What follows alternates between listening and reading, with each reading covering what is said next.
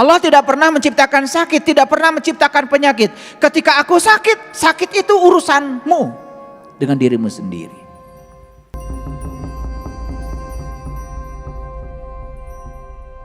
Jadi kan sebetulnya kita ini selama ini menjalani hidup itu produk dari apa yang diajarkan lingkungan kepada kita. Produk dari apa yang diajarkan mereka yang telah duluan datang ke sini. Betul? Betul. Kalau di sebuah keluarga ada tradisi seperti ini, semua keturunannya ngikut. Kalau di masyarakat ada tradisi begitu, semua ngikut. Kalau di masyarakat itu baca Yasin pakai speaker, semua anak cucunya kalau baca Yasin pakai speaker. Kalau enggak pakai speaker, rasanya enggak baca Yasin. Karena mereka itu melihat contohnya, mereka yang datang. Padahal Yasin itu buat diri sendiri, buat yang baca, buat yang dengar. Bahkan sekarang Yasin buat orang mati. Begitu sakit di rumah sakit, sekarat, Yasin aja pasti. Jadi Yasin itu kok buat yang sekarat, padahal Yasin itu buat yang hidup, supaya saat sekarat itu bisa pulang. Nah karena contohnya seperti itu, terus saja contoh itu menular. Makanya jawabannya tepat kan? Apa yang dikatakan mereka? Wajadna aba'ana kazalika yaf'alun.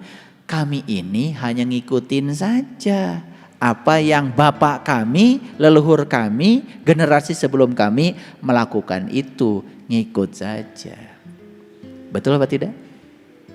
Coba Bapak Ibu. Jadi orang sabar aja. Begitu dimarahin, ngalah. Dimarahin lagi, ngalah. Akan datang gak tuh? Akan datang gak orang? Kok kamu ini sabar banget sih? Saya jadi gregetan deh sama kamu. Apa perlu saya serang ke sana sekarang juga? Menawarkan diri tuh si belis. Betul? Karena pada umumnya kalau ada orang yang marah, ya marahin lagi. Ketika kita tidak marah, orang marah kan dianggap tidak mengikuti leluhur. Betul nggak? Betul nggak? Nah, udah ngaji kesadaran dengan saya seperti ini, ya harusnya sadar ketika orang marah, sebetulnya dia sedang marah pada dirinya sendiri. Saya tidak akan terluka kalau saya tidak mengizinkannya, maka saya damai-damain saja. Orang mau suaranya keras, orang mau suaranya kasar, itu urusan dia dengan dirinya sendiri. Aku sih aku saja, tidak terpengaruh oleh apa kata orang tentang diriku. Kalau kita terus terpengaruh oleh orang, terus kapan kita mau bahagia? Mau lari ke hutan emangnya kita? Paham? Paham apa tidak? Lanjutkan gak ngajinya? Ini kalau lanjut tambah berat. Kan ayat ini sering kalian baca. Apalagi bulan Ramadan. Pasti dibaca. Cuman kelewat. Ya karena yang dikejar kalian kan one day one judge. Supaya target ntar Idul Fitri bisa pameran. Pada saat halal bil halal bisa cerita.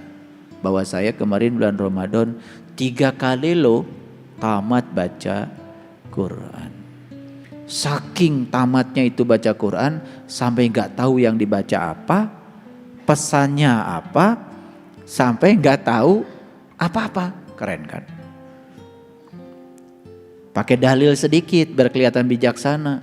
Karena menurut para bijak, sebetulnya belajar yang paling bagus itu hasil akhirnya tidak tahu apa-apa. Wih keren, bijak lah itu. Luar biasa. Bijak banget itu. Karena menurut Aristoteles, pakai Aristoteles lagi. Itu memang Aristoteles yang bilang begitu, ya. Jadi puncaknya ilmu itu nggak tahu apa-apa. Bener itu, sampai nggak tahu apa-apa. Ditanya Al-Baqarah nggak bisa jawab, Ali Imran nggak bisa jawab. Ditanya yang pendek saja surat Al-Ikhlas nggak bisa jawab. Karena puncaknya ilmu Gak tahu apa. Keren banget. Udah dibungkus lah pakai kain kehormatan itu. Udah bijaksana banget. Baik, kita lihat. Ini semoga bisa sampai ke inti-intinya. Baik, kita lihat. Qala apa ro'aitum ma kuntum ta'budun? Ibrahim lagi nih yang ngomong. Apa ro'aitum? Maka apakah kamu telah memperhatikan? Nah, ini yang saya nggak setuju. Ro'a itu bukan memperhatikan. Ro'a itu melihat. Afa ro'aitum ma kuntum ta'budun? Apakah kamu telah melihat yang kamu sembah itu? Ini diplesetkan aja sedikit, memperhatikan, kacau. Tetapi kan kalian adem aja baca terjemahan ini, betul? Coba kalian baca terjemahan ini, adem aja, gak ada yang mengganggu di sini. Kayaknya saya yang aneh, karena saya begitu membaca terjemahan ini terganggu. Karena ro'a itu bukan memperhatikan, ro'a itu melihat. Dan pertanyaan dari ayat ini adalah Ibrahim itu nanya tuh sama si orang-orang ini, apakah yang kamu telah, ya, maka apakah kamu telah melihat apa yang telah kamu sembah? Jadi ayat ini memberikan sebuah pesan, yang kamu sembah itu harus kamu lihat.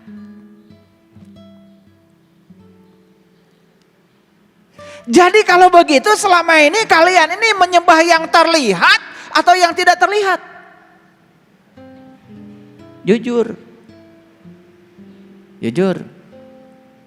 Menyembah yang terlihat atau yang tidak terlihat? Dulu sih menyembah yang tidak terlihat.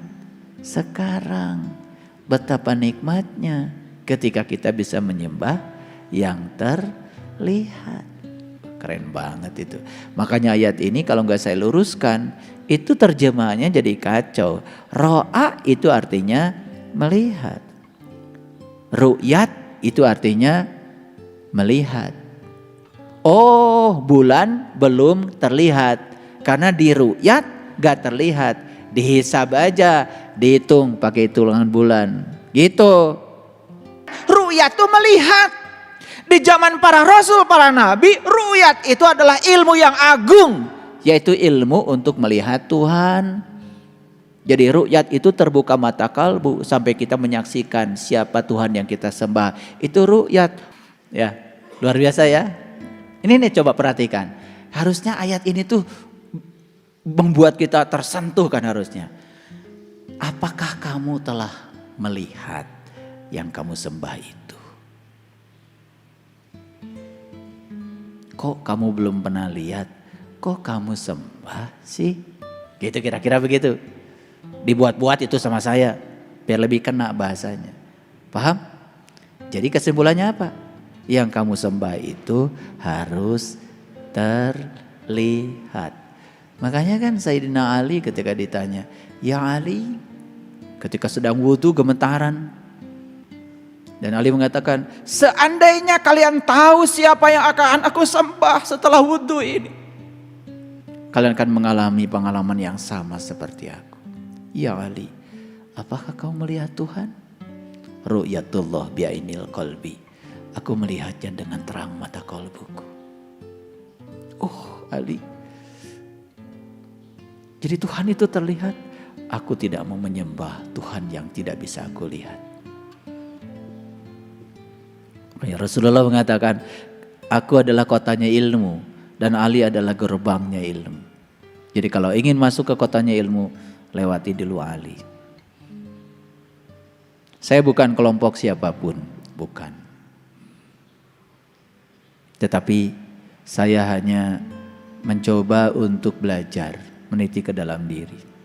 Tidak usah berkelompok-kelompok dalam belajar untuk meniti ke dalam diri, tidak perlu.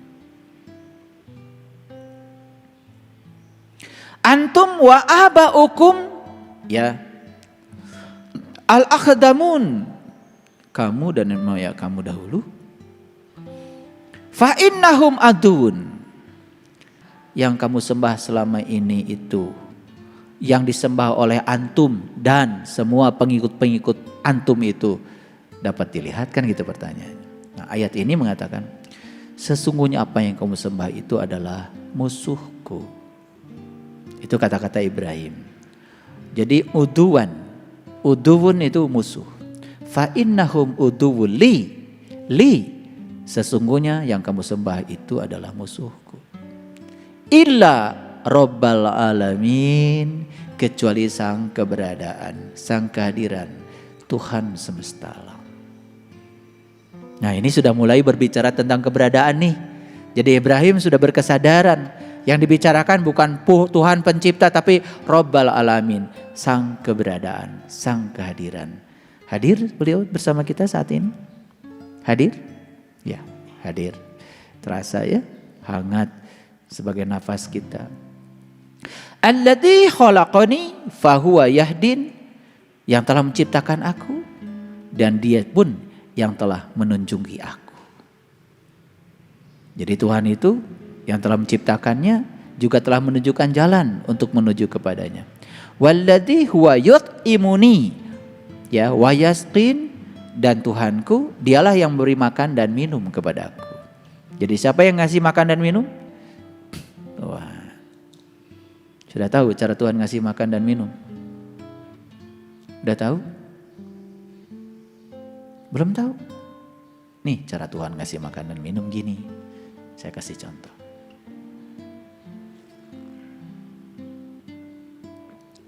Siapa yang ngasih minum sama saya?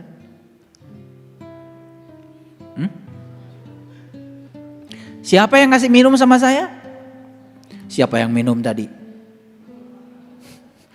Bingung kalian? Yang minum dia, yang ngasih minum dia.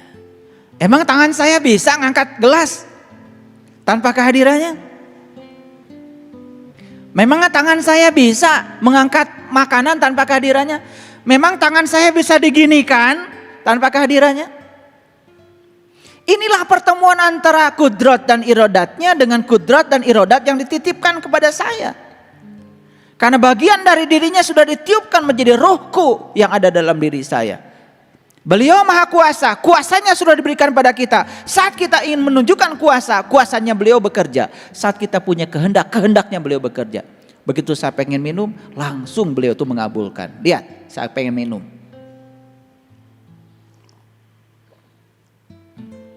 Dikabulkan? Begitu saya pengen, dikabulkan. Apa yang tidak dikabulkan oleh dia? Sedekat itu kalau kita mau jujur. Sedekat itu. Tangan kita tidak pernah bisa berbuat apa-apa tanpa kehadirannya. Kenapa kalian itu selama ini mengalami ilusi keterpisahan? Kenapa menyatakan Tuhan itu jauh? Sedekat itu dia bersama kita. Bahkan saat minum pun kalian tidak sadari. Siapa yang ngasih minum itu? Aku, kata Tuhan. Siapa ngasih makan pada kamu? Aku. Coba belajar nanti kalau minum makan itu sadari. Yang ngasih minum adalah aku. Yang ngasih makan adalah aku. Ya, ayo sadari. Yuk sadari. Saya mengajak kalian untuk merasakan kehadirannya setiap saat. Saya merasakan kehadirannya sekarang di dalam diri saya. Sebagai medan energi yang bergerakkan saya. Saya tidak bisa bicara seperti ini. Tidak bisa duduk seperti ini. Tidak bisa melihat kalian seperti ini. Tanpa kehadirannya. Alhamdulillahi Rabbil Alamin. Wa iza maradtu fahuwa yasfin. Dan apabila aku sakit, dia yang menyembuhkan aku. Lihat kata-katanya. Ketika aku sakit. Sakit itu dari mana? Dari aku. Bukan dari Allah. Allah tidak pernah menciptakan sakit. Tidak pernah menciptakan penyakit. Ketika aku sakit, sakit itu urusanmu. Dengan dirimu sendiri. Profesor Kazuo Murakami menyatakan. Sakit itu kontribusi jiwa yang kotor 50%. Sakit itu kontribusi pikiran yang keliru 25%. Sakit itu dari hubungan sosial yang terganggu 15%. Jadi kalau jiwanya kotor, pikiran pasti kotor, hubungan sosial terganggu, sudah pasti rubuh tubuhnya. 50%. Tambah 25%. Tambah 15%. Sudah 90%. Gaya hidup, makan sembarangan itu cuma berkontribusi pada kesehatan itu 10%. Apa yang selama ini dilakukan? Ketika kita sakit, tubuh kita rubuh. Kita minum obat. Kita pergi ke dokter. Kita pergi ke rumah sakit. Boleh? Boleh. Tapi itu hanya menyembuhkan akibatnya. Hari ini disembuhkan, hari ini makan obat, besok sakit lagi. Karena kita menyembuhkan akibatnya. Makanya sekarang di mana-mana sedang rame penyembuhan secara holistik. Whole. Keseluruhan. Gimana caranya? Ada yang keliru memaknai holistik. Urusi tubuhnya, urusi pikirannya, urusi jiwanya, semuanya. Keempat unsurnya diurusi, namanya holistik. Bukan. Tindakannya satu saja, tapi hasilnya holistik. Jadi kalau kontribusi penyakit tubuh ini 50% berasal dari jiwa, urusi jiwa. Siapa jiwa? Siapa jiwa? Dan ketika kamu sakit, Dia yang menyembuhkan aku. Ketika aku sakit, Dia yang menyembuhkan aku. Gimana cara proses menyembuhkan diri kita? Tingkatkan saja kesadaran jiwa kita.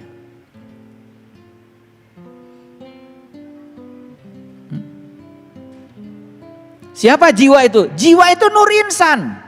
Nur Insan itu punya bosnya, namanya Nurullah dan Nur Muhammad. Izinkan Nur Insan itu mengakses Nurullah dan Nur Muhammad. Izinkan jiwa itu bersyahadat kepada Allah dan Rasulnya. Izinkan dia untuk mengakses alam-alam yang tinggi. Saat dia mengakses alam-alam yang tinggi, jiwa menarik energi dari kemurniannya sendiri. Apa yang terjadi? Naik kesadaran. Begitu kesadaran meningkat, kapasitas kita untuk mencintai diri sendiri pun meningkat. Apa yang terjadi? Pikiran mulai terkendali, tidak terjebak benar salah, masuk ke dimensi yang lebih luas lagi. Tubuh menjadi sehat. Sistem kelistrikan di otak sini menghasilkan endorfin, menghasilkan dopamin, menghasilkan serotonin, bukan menghasilkan hormon-hormon yang berbahaya seperti adrenalin. Lihat orang-orang yang dalam kehidupannya cemas, takut, sistem kelistrikan di pineal gland-nya terus memproduksi hormon-hormon yang sangat menakutkan. Namanya hormon adrenalin. Hormon itu sangat merugikan. Dan ketika hormon diproduksi secara berlebihan, sistem kelistrikan otak kita terganggu, sistem kimiawi tubuh kita terganggu, ya rubuh tubuhnya, sakit jadinya. Pegang gelas jatuh, padahal umur baru 40. Diajak jalan sama saya, naik sedikit saja, payah. Saya suka ngetes kalian, bukan suka saya ajak jalan. Nanjak sedikit saja udah ngeluh. Dibawa ke Gunung Padang ngitung tangga. Apalagi kalau saya bawa ke Jabal Nur. Dulu banyak tuh, saya bawa jamaah. Dari sini bawa tongkat. Saya bilang ntar tongkatnya saya lepasin, saya lemparin. Saya ajak ke Jabal Nur. Saya kasih resepnya seperti hidup. Hidup tuh sehari-sehari. Jangan setahun-setahun kelamaan. Sehari aja tuntaskan. Baru mikirin besok sehari. Itu sehari-sehari hidup itu. Sama naik tangga. Jangan mikirin 378 tangganya Gunung Padang. Naikin aja satu-satu. Satu. Jangan lihat ke atas. Satu. Tahu-tahu udah di atas. Itu ilmunya sederhana. Ya. Jangan mikirin Quran 30 juz. Sejuz aja. Tahu-tahu 30 juz. Jangan mikirin Quran 6.666 ayat. Sudah seayat. Lama-kelamaan 6.666 ayat. Banyak yang nanya kepada saya, gimana ayah bisa menghafal Quran 30 juz? Kalau karena mikirnya 30 juz. Saya dulu gak mikir 30 juz. Mikirnya satu ayat. Terus aja ngereyeh, nikreh. Kan kelamaan juga sembuh. Tuntas. Paham? Jadi, maaf nih, yang sakit-sakit, gimana cara menyembuhkannya? sembuhkan dulu jiwamu. Gimana cara menyembuhkan jiwa? Pertemukan jiwa dengan sumber aslinya. Pertemukan jiwa dengan Allah dan Rasulnya. Biarkan dia menyerap energi dari alam yang tinggi. Bisa, bisa. Kan Allah bilang dalam Al-Quran, segala kebutuhan tentang dirimu sudah aku sediakan di dalam dirimu sendiri. Masa kata-kata Allah itu gak dibuktikan? Allah tuh gak mungkin bicaranya sembarangan. Betul? Wa iza maridtu fahuwa yasfin. Dan apabila aku sakit, dia yang menyembuhkan. Jadi ketika aku sakit, nah, apa yang terjadi selama ini? Ayo, kalau sakit gimana? Ya Allah, kia-kia ting. Sembuhkan ya Allah, sembuhkan. Kira-kira apa jawaban Allah? Emang gue pikirin. Jadi Allah itu sudah bersamamu, di dalammu, bersamamu. Kok enggak dirasakan kata Allah kehadiranku bersamamu? Aku manunggal, aku menyatu, tidak pernah terpisah dari dirimu. Sadari saja. Sadari saja kehadirannya. Makanya kalau tubuh ini sedang sakit, pertama pahami bahwa organ tubuh kita sedang memberikan sinyal kepada kita. Tubuh sedang bicara. Dengar. Karena tubuh itu bicaranya dengan sakit. Ketika mah, oh lambung saya sedang bicara. Dengerin aja. Sensasinya dirasakan. Dirasakan aja. Tapi sambil dirasakan itu, bilang sama lambung, yes, saya mengerti kata-katamu. Karena saya tidak teratur makan, pagi-pagi malas sarapan. Oke, saya sudah bisa menangkap pesanmu. Mulai besok saya rubah, besok sarapan. Kenapa sih sarapan aja susah? Dat tuh hoyong. Kalau nunggu hoyong itu sudah rusak tubuh kita. Nih saya kasih tahu, kalian baru makan ketika lapar, udah rusak tuh tubuh. Ibarat gedung itu alarmnya sudah bunyi. Kalau gedung alarmnya sudah bunyi, sudah kebakaran belum? Sudah terjadi kebakaran karena yang membuat alarm itu bunyi kan sebetulnya suhu tinggi. Ditangkap oleh sensor jadi kontak jadinya bunyi. Ngerti ya tuh seetik. Jadi kalau gedung itu sudah bunyi alarmnya itu sudah kebakaran. Jadi kalau haus itu sudah dirasakan, itu sudah rusak tubuh kita. Kalau lapar itu sudah rusak. Jadi tubuh itu hanya ingin dipahami. Tolong dong jangan nunggu lapar. Dahar atuh.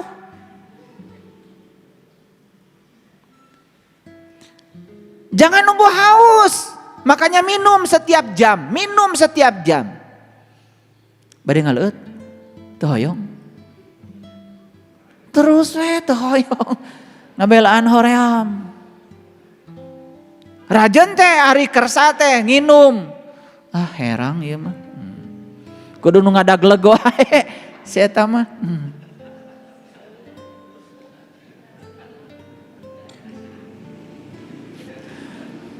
Rajen teh daek nginum kudu nu giung wae. Mun teu giung pahit, kudu nu ngagibleg wae. Kumaha? Teu karunya teh kanu awak. Ciherang, haneut sakdik. Jangan berlebihan juga. Ada juga yang abdi mau resep Cipanas, hati-hati. Mun panas teuing itu usus jadi terluka. Nyakola saeutik.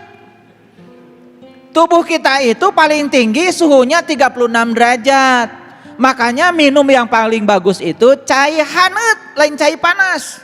Ieu mah regot. Ya rusak. Karena usus dan lambung kita begitu dapat air panas terluka.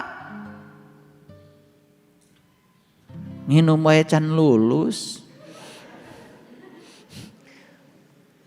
Tong tiis teuing, tong panas teuing, haneut kuku disebutna teh sekitar suhu 3 sampai 36 derajat. Itu mun panas kene tong diuyup. Baik, perhatikan saya. Jadi, kenapa kok tubuh fisik saya sakit, geringan wae, seetik salesma, seetik-setik panas tiris. Penyakit ada dua. Ada penyakit karena kesalahan berpikir, ada penyakit karena karma. Nih saya kasih tahu. Kalau kita sudah berusaha, semua kesalahan berpikir sudah dirubah, gering keneh wae, itu karma. Tarima we lah, tamu. Tarima we, tamu. Tapi kalau kita tahu ieu teh lambung teh naon teh, perih teh, seseitan teh, stres, gitu kan? Udah tahu penyebab stresnya karena kita terlalu banyak pikiran. Robah we pikiran, cager, insya Allah. Jadi kalau kita sekarang ini sudah sehat, penuh keceriaan, penuh sukacita, sudah jadi sumber keindahan, sumber cinta bagi semesta. Siapapun orang rindu bertemu kita, itu teh sehat, berarti itu spiritualnya udah mulai benar. Jadi pertanyaan Ibrahim tadi itu sebetulnya pertanyaan yang dirinci di dalam Al-Quran untuk memberitahu kepada kita, apakah saya ini sudah betul-betul ya berada di sumber keberadaan saya, atau saya masih terpisah oleh ilusi keterpisahan saya. Itu saja. Makanya kalau diurut tadi, kan pertanyaan Ibrahim itu pertanyaan tentang ketuhanan, bukan? Kenapa kok ujug-ujug pertanyaannya kok urusan gering, urusan sakit? Kan kelihatan gak nyambung. Jadi ayat ini memberikan isyarat kepada kita, sebenarnya kalau spiritualitas seseorang itu sudah bagus, kesadaran sudah bagus, tandanya itu sehat.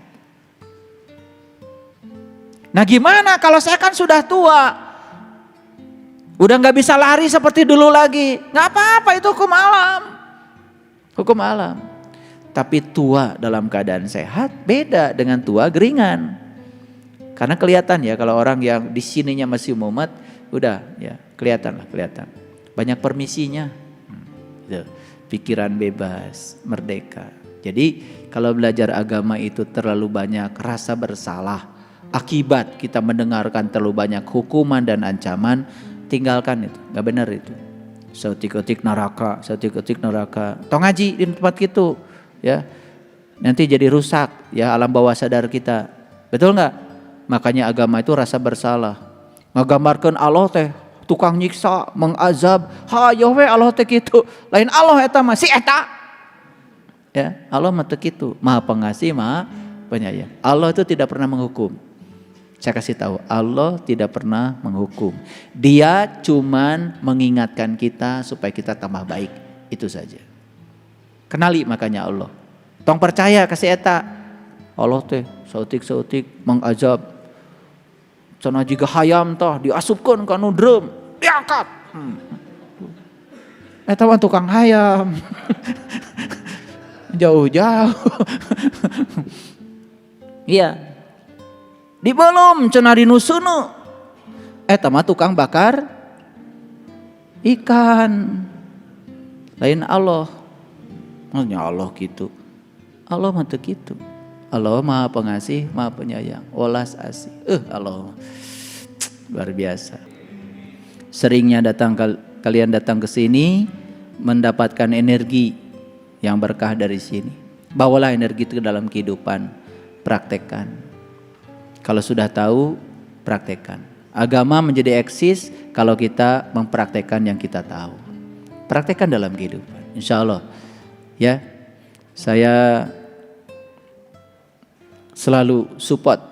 Ya, semoga kalian semua selalu damai, sehat, bahagia, berkelimpahan rezeki tanpa batas. Jangan dibatasi Allah dengan pikiran kita.